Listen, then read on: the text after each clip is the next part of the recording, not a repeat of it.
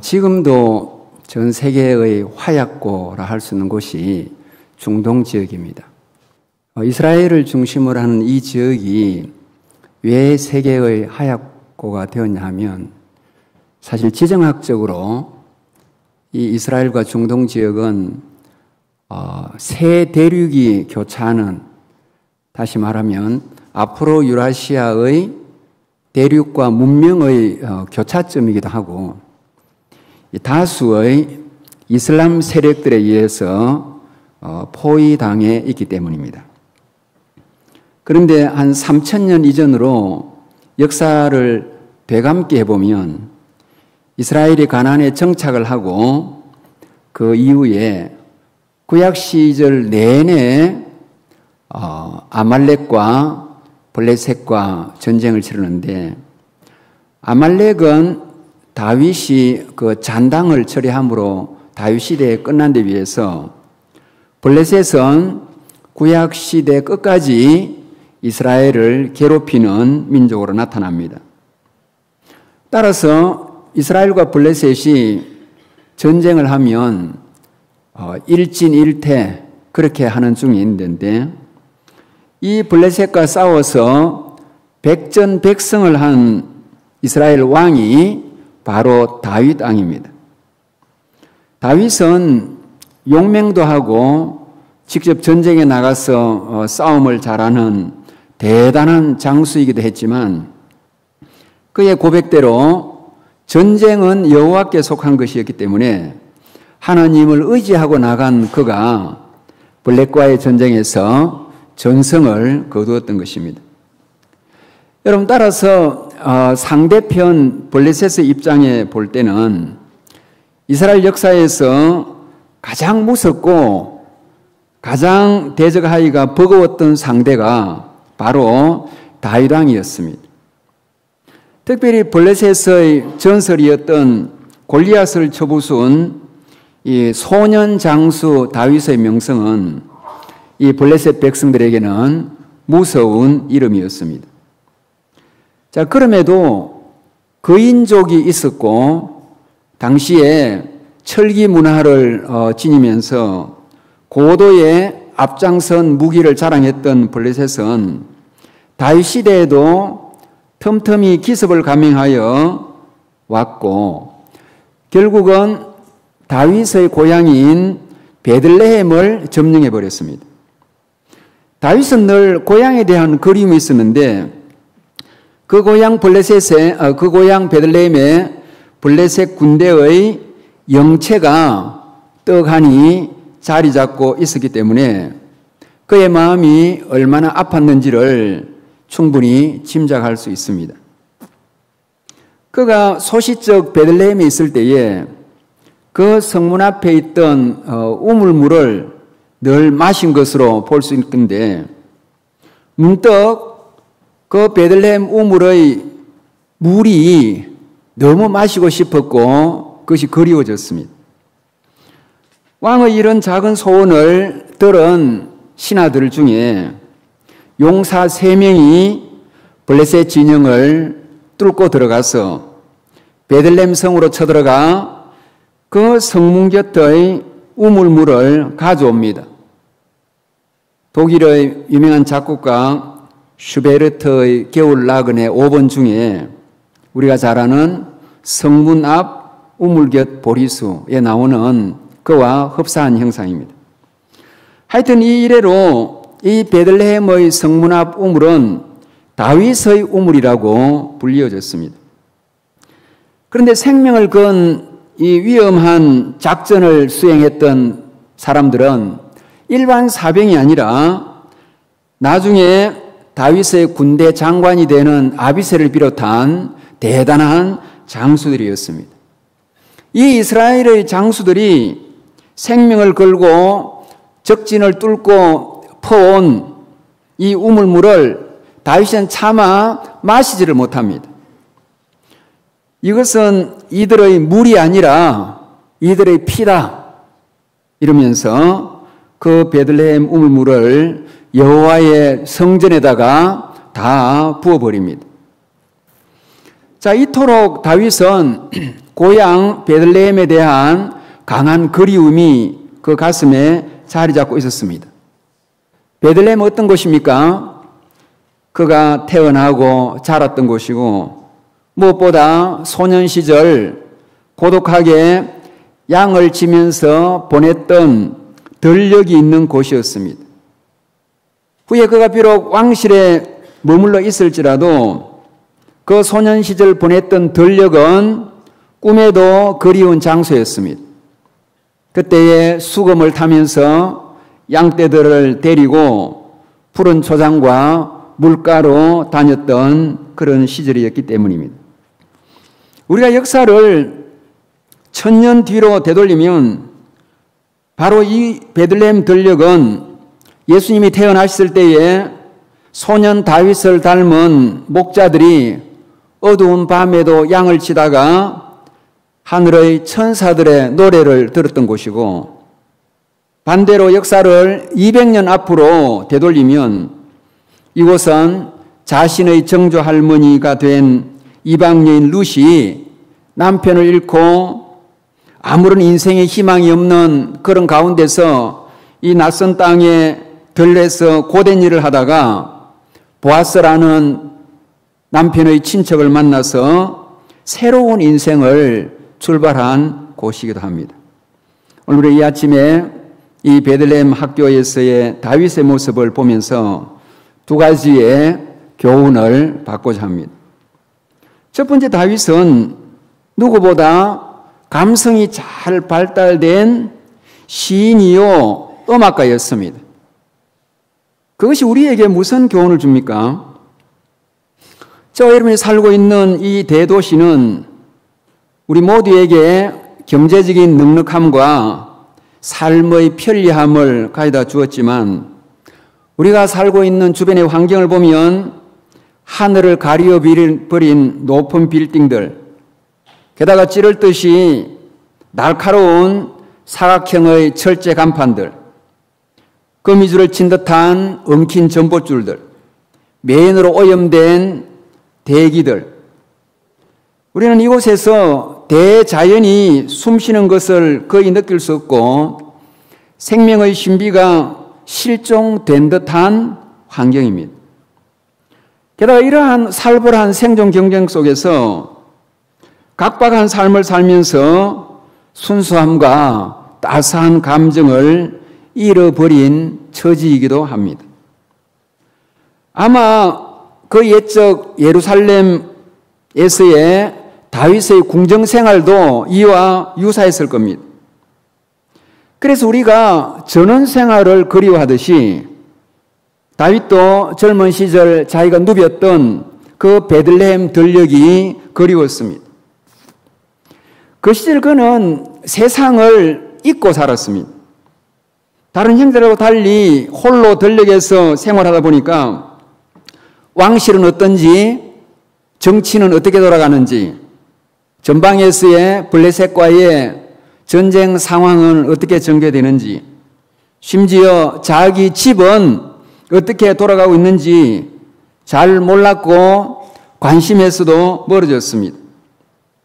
그는 마치 유목민들의 천막과 같은 곳에 머물면서 양떼를 돌보는 것이 매일매일의 일상이었습니다.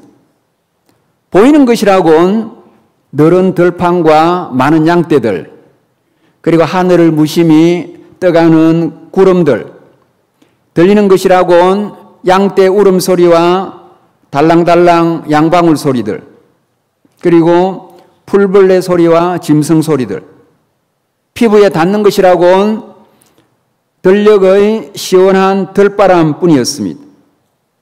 그러나 사실 그는 어쩌면은 모든 권력과 부귀를 누린 궁정에서 머무른 때보다 이 베들레헴 목동 시절이 그의 인생에 가장 행복한 때였다고 해도 과언이 아닐 것입니다. 이곳에는 친구들이 없었지만 양떼가 그의 친구가 되었고, 학교를 다닐 나이였는데도 학교가 없었지만 광활한 자연이 그의 교과서요 학교였습니다. 이곳에서는 학교에서 배우는 지성적인 교육과 달리 당연히 다양한 생명의 현상을 보면서 직접적인 체험을 통한 생명의 현상에 대한 다양한 깨달음이 있었고 감성이 발달될 수밖에 없었습니다. 감성의 문이 열려 있으면 이런 대자연에서 배우는 것이 많이 있습니다. 그리고 익히는 것도 많이 있습니다. 다윗은 훗날 장수가 되고 예언가가 되고 심지어 왕이 되었지만 이 시기 그는 목동이요 시인이요 음악가였습니다. 그는 여러분 성경에 많은 시들의 절반을 지은 작시가입니다. 시편 150편 가운데 75편이 다윗이 지은 시입니다. 무슨 말입니까? 그는 시를 지을 때 단순한 감정으로만 지은 게 아니라 경건한 사람이었기 때문에 하나님의 영감으로 기록된 것이라서 성경에 수록된 것입니다. 다윗이 지은 대표적인 시를 하나 꼽자면 아마 우리 모두가 가장 유명한 시편 23편을 꼽을 것인데 이것은 자신이 양떼를 푸른 초장으로 인도하고 그리고 물가로 데려가서 물을 먹이고 막대기와 지팡이로 보호한 것처럼 양떼인 우리를 목자이신 하나님께서 보호하시고 그리고 먹이시고 인도하심을 읊은 시기 때문에 목동의 경험이 전혀 없는 사람이라면 결코 쓸 수 없는 목가적인 시인 것입니다.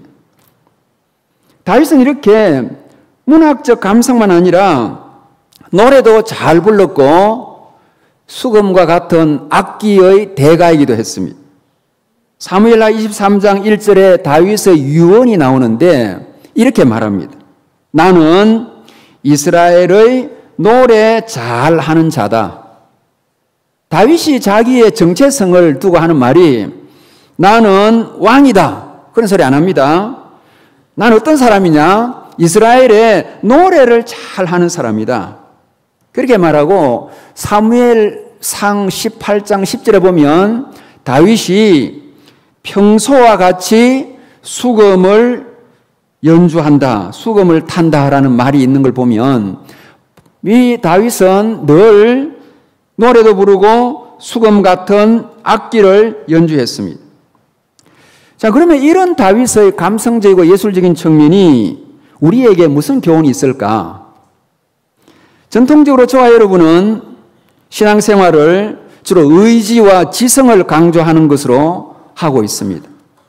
특별히 그것이 우리가 속한 장로교회의 모습입니다. 과거에 우리 선조들은 술 먹지 말라, 흡연하지 말라, 주일 성수해라, 가정예배 드리라, 기도해라, 11조 해라. 늘 하라 하지 마라.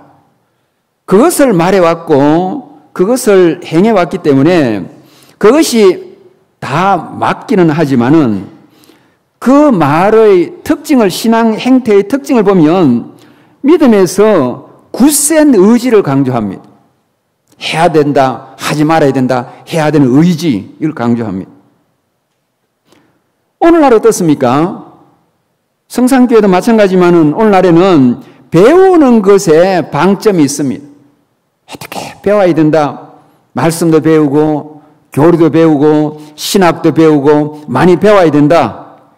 교회들이 제자 훈련을 하는데 주로 배우는 데에 초점을 맞추고 있습니다. 다시 말하면 지성 중심입니다. 여러분, 인간의 인격은 플라톤과 같은 일반 사상가나 우리 기독교 신학에서도 지정의 세 가지를 주장하는 데는 같습니다. 우리 예수님께서 하나님을 너희들이 섬길 때 마음과 뜻과 정성을 다해 섬기라, 그런 말씀을 여러 군데 하시는데 무슨 뜻입니까? 그거는 지성만 가지고 섬기고 의지만 가지고 행위라는 말이 아니라 너희의 전인격, 지정의를 다해서 하나님 섬기 이웃 사랑하라는 말이기 때문에 이것은 전인적인 신앙, 통전적 신앙을 강조하신 말씀입니다. 그런데 이런 예수님의 통전적 신앙과 달리 말씀드린 바처럼 우리는 의지는 강조하고 지성은 부각해 왔는데 감성은 강조하지 않은 정도가 아니라 아예 가볍고 죄적인 거라 해가지고 외면해 버렸습니다. 그러니까 우리의 인격이 편향되어 있고 인격뿐만 아니라 하나님을 섬기는데도 이 전인적인 예배나 전인적인 신앙이 아니라 너무 의지와 지성 중심으로 편향되어 있다고. 여러분 다윗 한번 보십시오. 이 원초적인 자연 속에서 감성의 문이 열리기 시작하니까 문명의 빛은 보이지 않았지만 달빛, 별빛, 우리식으로 말하면 반딧불이 같은 자연의 빛은 보았고 오늘날식으로 말하면 차 소리, 기계 소리, 사람 소리와 같은 문명의 소리는 듣지 못했지만 바람 소리, 양떼 소리, 개울물 소리 같은 자연의 소리는 들었고 그것을 통해서 감성의 문이 열리면서 시를 작성하고 하나님을 찬양하는 작곡, 작사도 하고 노래도 불렀습니다.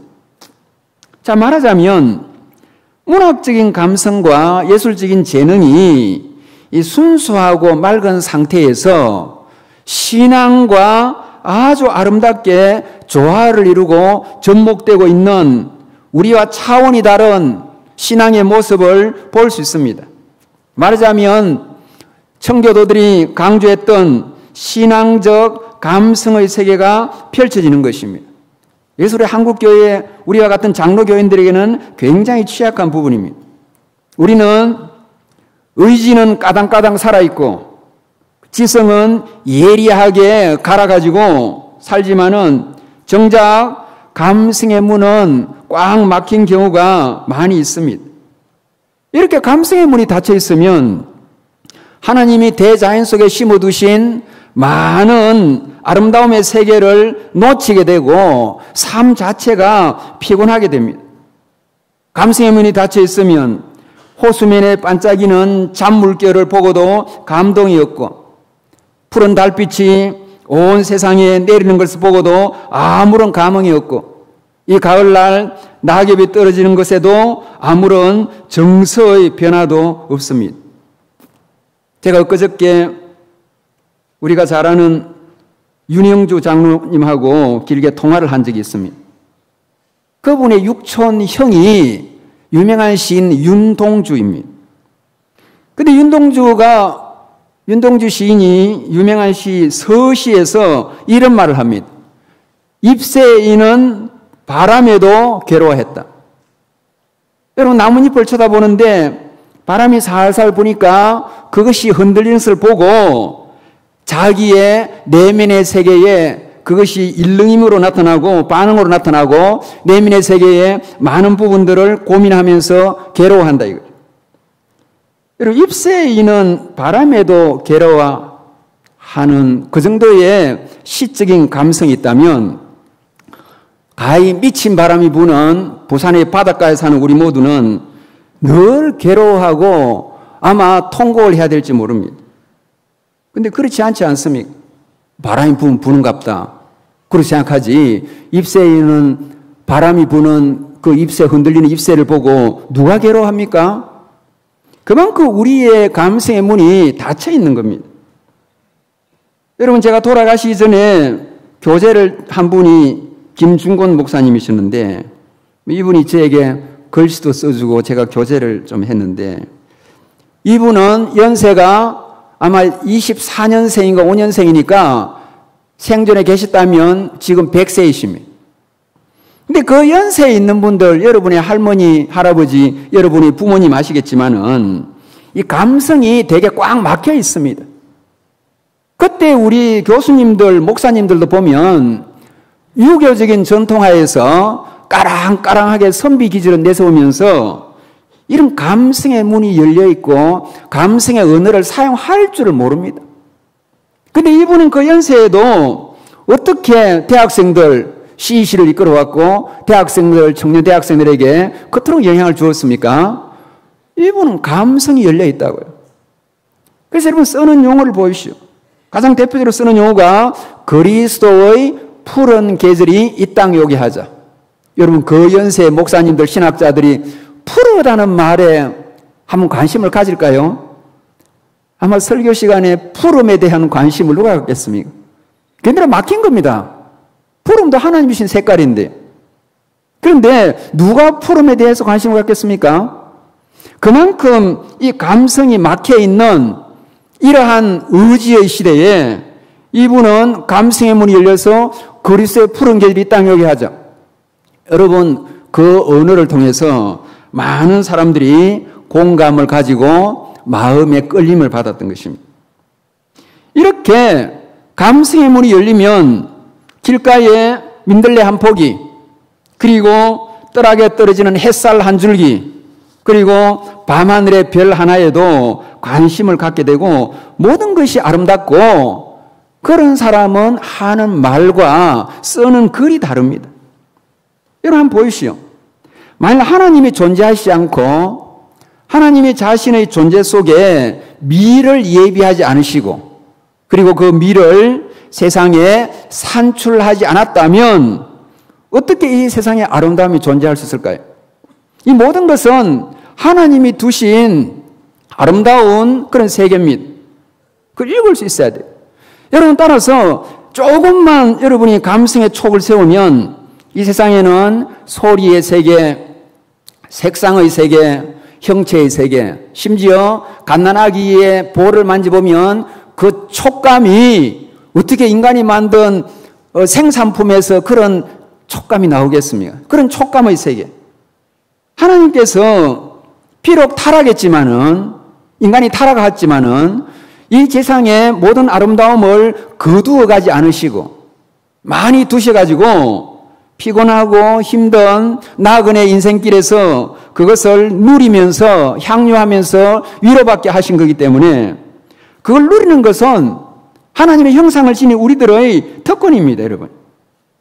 스위스의 알프스 기슭에 라벌이라는 공동체를 세워놓고 거기를 찾아오는 전 세계의 대학생들, 교양인들, 지성인들에게 복음을 전하고 복음을 변증한 프란시스 쉐이퍼 박사라고 있습니다.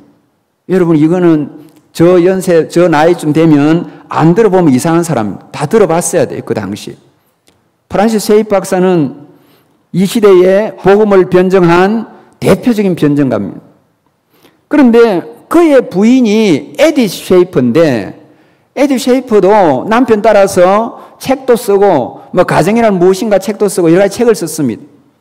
저에게 이 부부의 책이 있는데, 특별히 그의 부인이 쓴 책은 누구에게 헌정한 것이 이래저래 굴러가지고 저한테 2권이나 들어와 있는데, 그 2권의 책 모두의 특징이 뭐냐면 이렇게 첫 장을 딱 넘기면 저자의 사인만 보통 있는데, 사인이 있는 게 아니라 알프스의 산을 스케치했어요.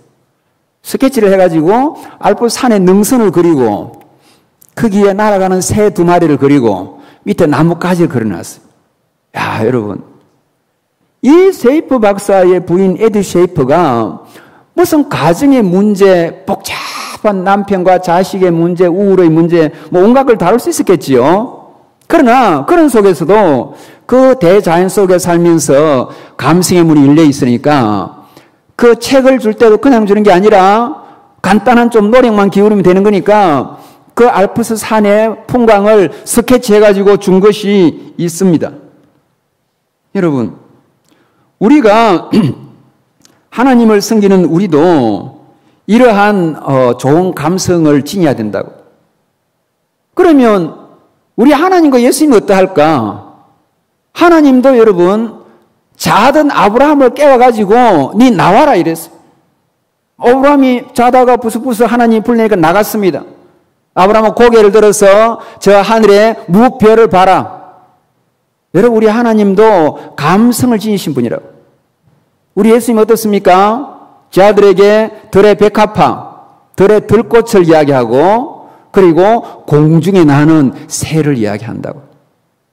우리 가운데 들꽃에 대해 주목하신 분이 있습니까? 여러분, 이렇게 우리의 하나님도 예수님도 이런 섬세한 감정이 열려 계셨다고. 여러분, 신앙생활을 함에 있어가지고 이 순수하고 맑은 감정이 없으면은 그 영이 탁한 사람들이 많아요. 영이 탁해 있어요. 아무리 하나님을 잘 섬기고 뭐 교회 직분 가져도 그 영혼이 탁해 있다고요. 그리고 이미 세상에 상당히 물이 들어가지고 영이 탁해 있고 인격이 속기에 물들어 있다고요. 다윗도 나중에 물이 들긴 듭니다.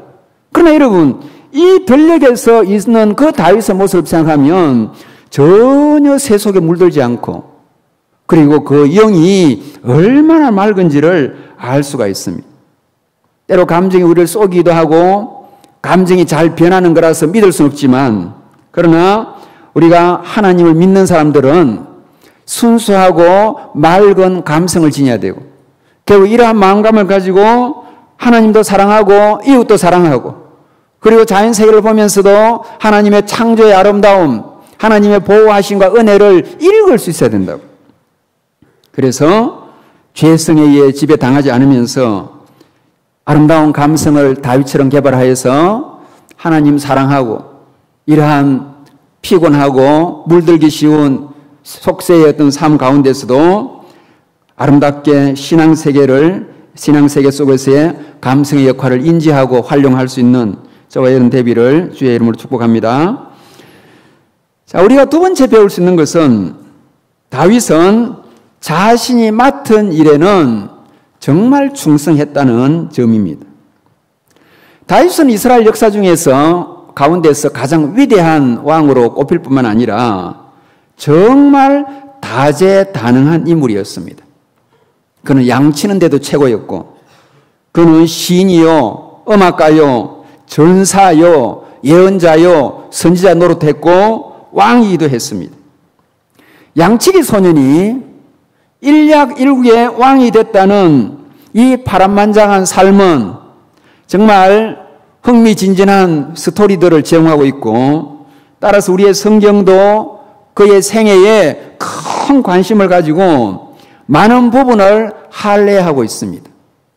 믿음의 조상 아브라함에 대해서는 14장에 걸쳐서 기록되고 있는 반면, 다윗의 생애에 대해서는 아브라함에 대항해서 거의 4배에 해당될 정도의 62장이 할당되고 있습니다. 자, 이렇게 긴 생애 속에 정말 다양한 삶을 살아온 파노라마 같은 이 다윗의 삶에 흐르고 있는 중요한 한 가지 원리가 있습니다. 그가 베들레헴에 있든지 예루살렘의 왕위에 있든지, 그가 목동이었든지 왕이었든지, 그가 심지어 선한 일을 했든지 죄를 짓든지 간에 모든 일에 있어서 그는 매우 열심이고 매우 치밀하고 매우 열정을 가지고 했고, 그리고 죽기 살기를 다했고 충성을 다했습니다. 갈라디아서 5장에 충성은 성령님의 열매 가운데 하나이고, 신약 성경은 맡은 모든 사람들에게 구할 것을 충성이라고 함으로써 이 충성은 임금과 신하의 유교 시절, 왕조 시절에 쓰이는 용어가 아니라 이것은 신앙의 중요한 덕목임을 알 수 있습니다. 여러분, 다윗이 얼마나 열심이고 완벽하게 충성이었는지 죄를 짓고 그것을 처리한 일도 그렇게 치밀하게 합니다. 자기 휘하의 장군이었던 우리아의 아내 밧세바를 범하고 난 이후에 그것을 감추려고 그가 얼마나 머리를 굴리고 얼마나 치밀한 계획을 세웠는지를 성경은 아주 적나라하게 보고를 하고 있습니다. 자, 죄 짓는 것뿐만 아니라 그는 모든 하는 일에 최고였습니다. 제가 앞서서 그를 시인이라 했는데, 그리고 연주자라 했는데, 다윗은 이스라엘 문학사에서 그리스의 호머와 견줄 만한 최고의 시인이었고, 히브리 음악사에서 헬라의 뮤즈 신의 영감을 받도하는 그런 많은 음악가들, 오르페우스, 심지어 아폴론 신과 비교 안 될 정도의 대단한 음악가요 연주자였습니다. 그리고 시를 써도 단순하게 문학적 감성을 언어로 표현하는 것에 그치지 않고 그걸로 하나님을 찬양하고 그걸로 무 사람들의 심금을 울리고 영혼을 움직였습니다. 이런 뿐만 아닙니다. 그의 수금 실력도 비파 실력도 대단했습니다. 얼마나 대단했는지 단순하게 아름다운 곡만 연주하는 그런 테크닉만 아니라 사울에게 든 악신이 다윗의 연주를 통해서 달아나 버립니다. 야, 그러니까 그 연주의 영감과 그리고 그 영적인 파워가 귀신을 물리칠 정도로 대단했음을 볼 수 있습니다. 우리 가운데 어두운 영에 짓눌림을 당하거나 가히 눌림을 당하거나 우울한 분들이 있으면 찬양을 틀고 찬양을 하시면 아마 해결될 줄 압니다. 여러분, 시와 노래만 대단한 게 아니고 춤의 대가인 듯도 합니다. 언약궤가 돌아왔을 때 다리를 들고 열심히 춤을 춘 거 보니까 마치 무희들이 다리를 올리고 춤을 추는 프랑스의 캉캉이나 라틴계의 줌바 댄스와 같은 춤의 대가라고요. 제가 몇 주 전에 이 부분을 언급하다가 춤추는 다윗을 비웃은 그의 부인을 미갈이라고 해야 되는데 그 전주일에 모세를 언급하면서 미리암을 이야기하다 보니까 제가 실수로 미리암이라고 잘못 이야기했습니다. 같은 밑이라서 혼동이 되었는데 우리 성상교회 성도님들이 실력이 얼마나 대단한지 제가 안면 있는 한 권사님이 다른 분들은 말하기 참 조심스럽겠고 우리 그 권사님은 안면 있는데 달려와가지고 틀렸습니다. 미리암이 아니고 미갈입니다. 이래서 정신이 번쩍 들었습니다. 제가 원고에 없는 이야기를 하다 보면 갑자기 지난주로 연관해가지고 그렇게 착각해서 말했던 것입니다. 자, 여러분, 다윗이 맨발로 춘 거 보니까 이사도라 덩컨이나 일제시대의 최승희를 능가하는 그런 맨발의 춤꾼임이 분명합니다. 여러분, 이렇게 글을 쓰고 춤을 추면 문인이죠, 문인. 우리가 조선시대에 문무를 나눈다면 문인에 해당되는 건데, 다윗은 전쟁을 하면 또 최고의 전사이기 때문에 무인으로서 대단합니다. 뭐 이런 사람 있습니까, 여러분? 여러분, 얼마나 이 전쟁에서, 전투에서 최고였냐 하면 골리앗과의 싸움에서 한 번의 손놀림으로 끝장을 내버렸고, 왕이 되고 나서도 아말렉, 암몬, 모압, 블레셋, 그리고 에돔, 수도 없는 전쟁을 치르면서도 백전백승의 지략가요, 탁월한 전사였습니다. 여러분, 뿐만 아닙니다. 죄도 철저히 지었지만 죄에 대한 인정 그리고 죄에 대한 회개도 정말 철저히 했습니다.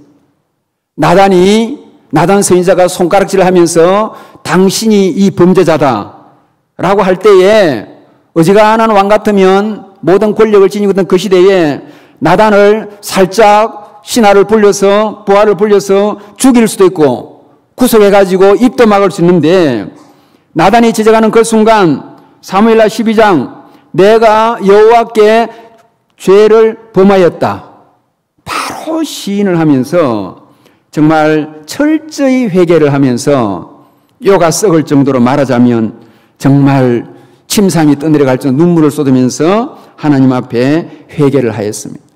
여러분, 이렇게 무엇을 하든지 간에 정말 열심 최선을 다했기 때문에 그가 왕위에 올랐다. 얼마나 국정을 잘 하겠습니까? 그래서 그 위에 이스라엘 역사가 어려울 적마다 이스라엘 백성들은 다윗을 그리워하고 지금도 이스라엘은 이스라엘 국기에 다윗의 별을 그려놓고 그를 그리워하는 것을 볼 수가 있습니다. 자, 이런 다윗의 삶에 드러나는 충성심, 열심, 열정은 사실은 베들레헴 들녘에서 생겨났습니다. 자기가 양떼를 돌볼 때 곰이나 사자 같은 맹수가 공격을 하는데도 물맷돌로 물리치고 가까이 다가오면 곰의 입에서 양을 건져내고 사자의 수염을 잡아당겨가지고 사자를 주먹으로 쳐 죽이기도 했습니다. 여러분, 우리가 다니엘을 보면 사자굴에 던져져 가지고 기도만 하고 있는데 아마 다윗이 던져졌다면 사자들을 다 패 죽였을 겁니다. 여러분, 로마 시대에 기독교인들이 원형 경기장에서 맹수의 밥이 되었는데 다윗이 던졌다면 모든 맹수를 그냥 한 주먹으로 쓰러뜨릴 것입니다. 여러분, 이 다윗은 무기를 사용하지 않고 주먹만으로도 이렇게 여러분 주먹이 센 걸 보니까 무하마드 알리나 시라소니가 나타나도 못 이겼을 겁니다. 그러면 다윗은 무기를 전혀 사용하지 않았는가? 아닙니다. 골리앗을 잡을 때는 물맷돌을 사용했다고요. 여러분, 새를 우리도 잡기 위해서 이렇게 새 총을 만들어서 쏘아보기는 하는데, 저도 여러분 어릴 때 시골에 자라면서 쏘아봤는데 제 생애에 나무 새총으로 돌을 쏘아가지고 새를 잡은 적이 한 번도 없습니다. 그리고 우리 시골에 잘난 척하는 내 친구들도 폼을 잡지만은 아무리 좋은 새총으로 새를 쏘아도 새를 잡아본 것을 본 적이 없다고요. 새 안 잡힙니다. 그런데 이 다윗은 여러분 단 한 번의 물매질로 골리앗은 전체로 무장하고 있고 갑옷과 투구를 쓰고 있고 요 눈부위만 이렇게 딱 내져 있는데 요 양눈 사이에 미간을 향해서 정확하게 던졌다고. 그것도 앉아가지고 총 쏘듯이 정조준을 하고 쏜 거 아닙니다. 여러분이 사무엘상 17장을 보면 이 다윗이 빨리 달려가며 던졌다고요. 조준이 되기가 어렵겠지요. 빨리 달려가며 한 번 던졌는데 미간에 맞았을 뿐 아니라 얼마나 강도가 센지 미간에 푹 박혀버려가지고 그 거인이 졸지에 넘어져 버려서 그 싸움이 끝나버린 것입니다. 여러분, 역사상 새총놀이의 올림픽이 있다면 다윗은 단연코 금메달감입니다. 그런데 사무엘 17장을 잘 보면 이 다윗이 사울이 주는 갑옷과 칼을 다 거부하고 얼른 시냇가에, 요단강 시냇가에 쫓아가가지고 이 돌을 갖다가 뺀질뺀질한 돌을, 반들반한 돌을 5개를 주워갔다고 되어 있습니다. 그러면 왜 5개를 주워갔을까? 한 번 실패하면 또 던지고 또 던지고 5번 던지려고 했을까? 우리가 그렇게 잘못 오해할 수 있는데 그게 아닙니다. 그 비밀의 답이 저 사무엘상 21장에 가면 있습니다. 거기에 보니까 당시에 이 블레셋에는 거인 장수 5이 있었습니다. 가장 큰 한 명은 앞에선 골리앗이었고 그 뒤에 거인족이었던 이스비브녹, 거인족의 아들이었던 샵, 그리고 배틀채 같은 거대한 창을 든 골리앗의 동생 아흐마, 그리고 이름은 안 나오지만은 육손 육발의 거인. 여러분, 블레셋은 거인족이 있었는데 이 골리앗 뒤편에 4명의 거대한 장수가 있었기 때문에 합해서 5명을 하나에 한 발씩, 그래서 물맷돌을 5개를 들고 갔다고요. 결국에는 한 방에 골리앗이 죽자마자 뒤에 있던 거인들부터 모든 군인들이 혼비백산해서 달아나버렸고, 나중에 세월이 지나서 다윗의 부하들이 한 명 한 명씩 이 거인들을 다 처단을 했던 것입니다. 자, 이런 다윗의 삶에서 배울 점이 뭐겠습니까? 여러분, 이런 경지에 오르기 위해서는 그 행간에 담겨있는 뜻을 알아야 됩니다. 여러분, 다윗이 물맷돌을 한 번 던졌을 때 그렇게 맞았다면 얼마나 그가 오래 이렇게 숙련되고 정말 던지면서 많은 실패를 했는지를 추정할 수가 있습니다. 여러분, 우리는 알아야 됩니다. 하나님 나라를 위해서는 소명도 있어야 되고 부르심도 있어야 되고 재능도 있어야 된다고요. 그런데 소명과 부르심은 갑자기 찾아옵니다. 심지어 내가 전혀 마음의 준비도 되지 않는 상태인데도 갑자기 구약의 선지자들처럼 예수님의 제자들처럼 갑자기 하나님은 우리를 부르신다고요. 소명은 하나님의 주권에 해당되기 때문에 갑자기 일방적으로 찾아옵니다. 근데 소명이 찾아왔을 때에 우리가 그것을 이행할 수 있는 재능이 있어야 되고 기술이 있어야 되고 스킬이 있어야 된다. 소명은 단번에 오는 거지만은 재능과 기술은 준비해야 합니다. 갑자기 여러분이 영어 실력이 기도한다고 갑자기 늘 수 없습니다. 학생들이 공부하는 게 기도한다고 갑자기 못한 애가 잘하게 되고, 그리고 물맷돌 기술이 갑자기 한 번에 좋아질 수가 없는 것이라고요. 여러분, 재능과 기술과 스킬은 오랜 준비하는 시간과 세월이 필요합니다.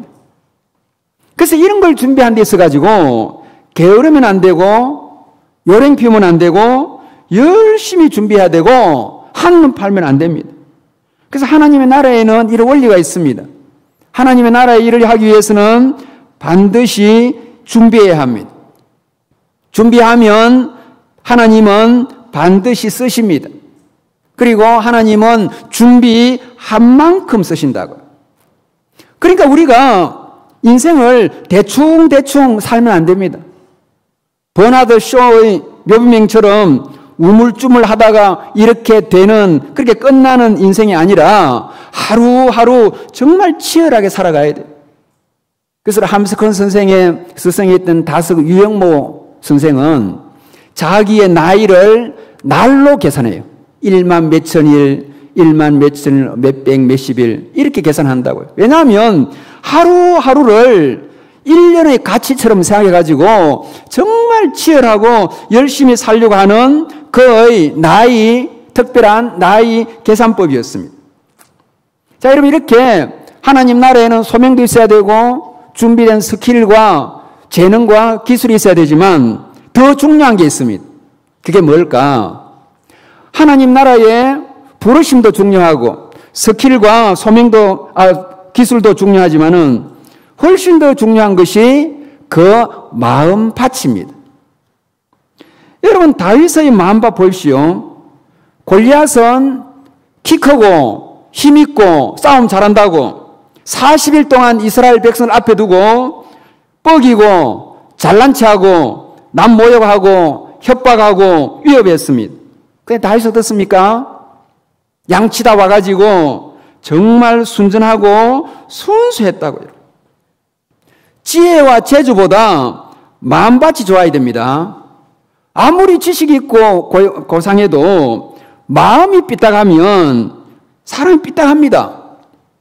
교회에 직분이 있고 연세가 드셨다고 다 좋은 게 아니고 연륜이 쌓여도 마음밭이 삐딱하신 분들은 하는 일이 삐딱하다고요. 마음밭이 하나님이 볼 때 선하고 의질해야 되고 그래야 하나님 앞에 충성한다고. 여러분, 우리 예수님이 지상에 계시는 동안 많은 사람을 만났지 않습니까?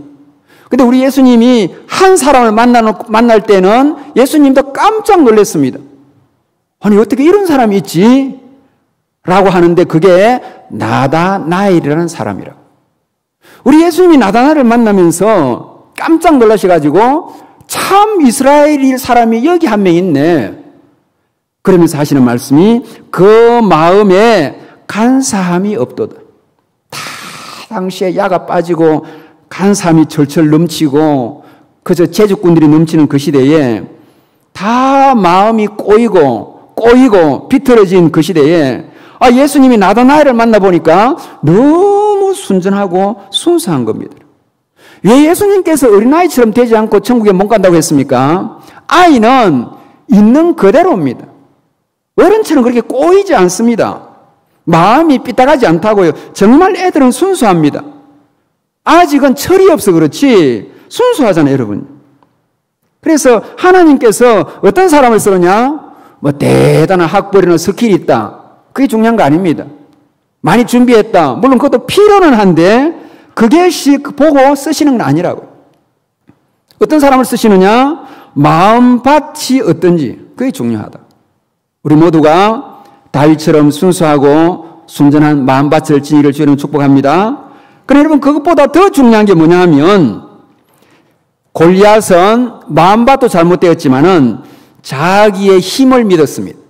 자기의 방패와 자기의 무기와 자기의 모든 갑옷과 투구를 믿어서 누가 공격해도 이길 수 있다고 생각했고, 심지어 자기의 힘과 기술도 믿었다고요. 근데 우리 다윗은 뭘 믿었습니까? 자기의 물맷돌 기술이 대단하다 하더라도 사무엘상 17장 45절 다윗이 블레셋 사람에게 이르노니 너는 칼과 창과 단창으로 내게 나오거니와 나는 만군의 여호와의 이름 곧 네가 모욕하는 이스라엘 군대의 하나님의 이름으로 내게 나아가노라. 다윗은 여러분 자기 기술이 대단해도 사자를 찍고 죽이는 맨손으로 싸울 수 있는 힘이 대단해도 그거 여러분 믿지 않았습니다. 뭘 믿었느냐? 만군의 여호와의 이름으로 나아갔고 하나님을 믿은 것입니다. 다윗은 여러분 결론적으로 모든 면에서 탁월하고 철저했지만 하나님을 믿는 신앙이 가장 탁월했고 하나님을 의지하는 믿음이 가장 훌륭한 것입니다. 여러분 때로 저와 여러분들은 어쩌면 사울처럼 우리가 준비한 것, 그 대단한 것으로 내 삶이 보호되고 내 몸이 보호되고 내 생명이 보호될 것처럼 착각합니다. 사울처럼 골리앗처럼 자기가 준비한 것 가지고 두터운 갑옷, 두터운 투구, 튼튼한 투구, 그리고 방패, 창, 내가 준비한 그것으로 내 생명도 안전하고 내가 전쟁에서 이길 수 있다라고 골리앗처럼 착각할 수가 있습니다. 그러면 그것으로는 못 이기는 것이고 자기를 못 지키는 것이고 심지어 자기의 생명도 지킬 수가 없습니다. 다윗이 아무리 기술이 대단해도 그래도 그는 그거보다 하나님을 의지하는 그 믿음으로 나아간 것입니다. 하나님을 의지하는 그 믿음이 모든 위기를 뚫고 모든 전쟁에서 승리를 가능케 했던 것입니다. 여러분 따라서 우리가 지상에 살면서 다윗처럼 하나님을 철저히 의지하면서 그렇게 살아야 되겠고 특별히 다윗은 자신의 전 생애를 통해서 인간적인 야심은 없었습니다. 왕도 되기 싫은데 떠밀어서 된 겁니다. 인간적인 야심이 없었다고. 우리 하나님의 영광을 구하는 거룩한 열심만 불타올랐고 그 거룩한 열정으로 자기의 삶을 불꽃처럼 살았습니다. 이런 다윗 삶에서 배운 교훈을 삼아서 거울 삼아서 남은 생애를 아름답게 살아드리는 우리 모든 성산교회 성도들 되시기를 주의 이름으로 축복합니다.